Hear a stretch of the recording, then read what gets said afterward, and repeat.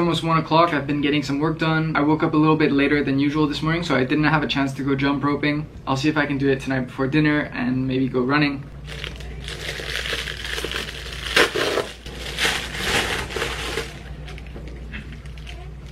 Charles, how often should you change your guitar strings? You should change your guitar strings once a month, or as soon as you stop hearing that shine and it feels kind of gritty. That's when you know they gotta go. I use the Dario 0.09, 0.42. It's actually quite a light gauge, but my guitar has high action, so this is a way to keep my fingers not from hurting too much. I also do a lot of really large bends, and so super light gauge is perfect for me.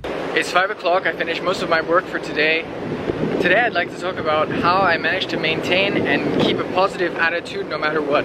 No matter how much you like your work, it's normal to sometimes feel a little bit negative or to get frustrated or angry about things that happen and you feel like you lack productivity.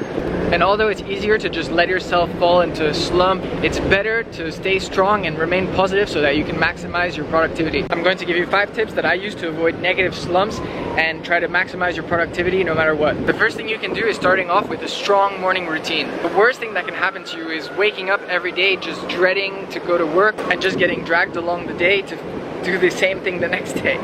If you wake up just a little bit earlier, you'll have time to do more things. You'll be less stressed and the day will feel more like a breeze. When I was at my previous daily job, I woke up often 2 or 3 hours before I actually needed to leave, which was such a nice practice. It gave me time to focus on myself, not just the company that I was working for. The morning is also better than when you get home at night, because when you get home at night, often you're tired and it's much easier to maintain a routine that's early in the morning than later at night.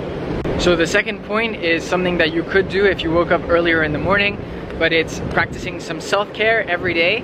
This gives you something to look forward to no matter what, that makes you happy, and it's a nice way to relax. For example, I know that I work out, that's my self-care, but you could also read a book, watch a movie. I read a book. This will be really positive for your mental health, especially if you work in high pressure environments.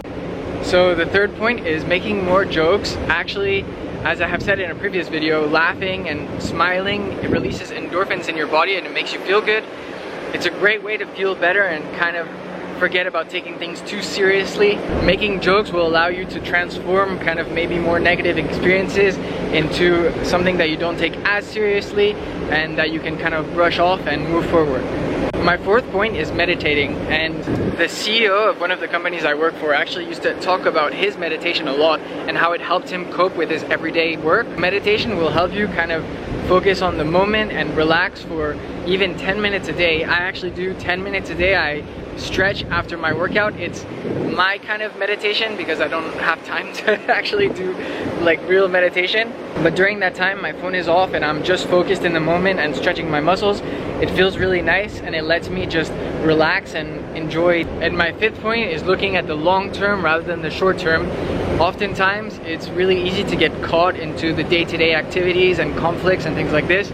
But by stepping back and remembering that the world is larger than just the room that you're in, wherever the negativity or stress is coming from is only a temporary concept and you shouldn't let it affect your long-term objectives. One of the tips I use to look at things from a really long-term and wider perspective is thinking of things from not just your perspective, but think of the planet being a tiny little cell in the universe. The fact that we're probably one planet out of infinite other civilizations of life.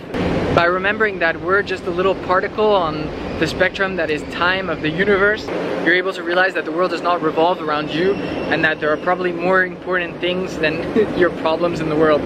Speaking of self-care, I didn't go running this morning and I didn't do my jump rope either, so I'm going to do both of those things now.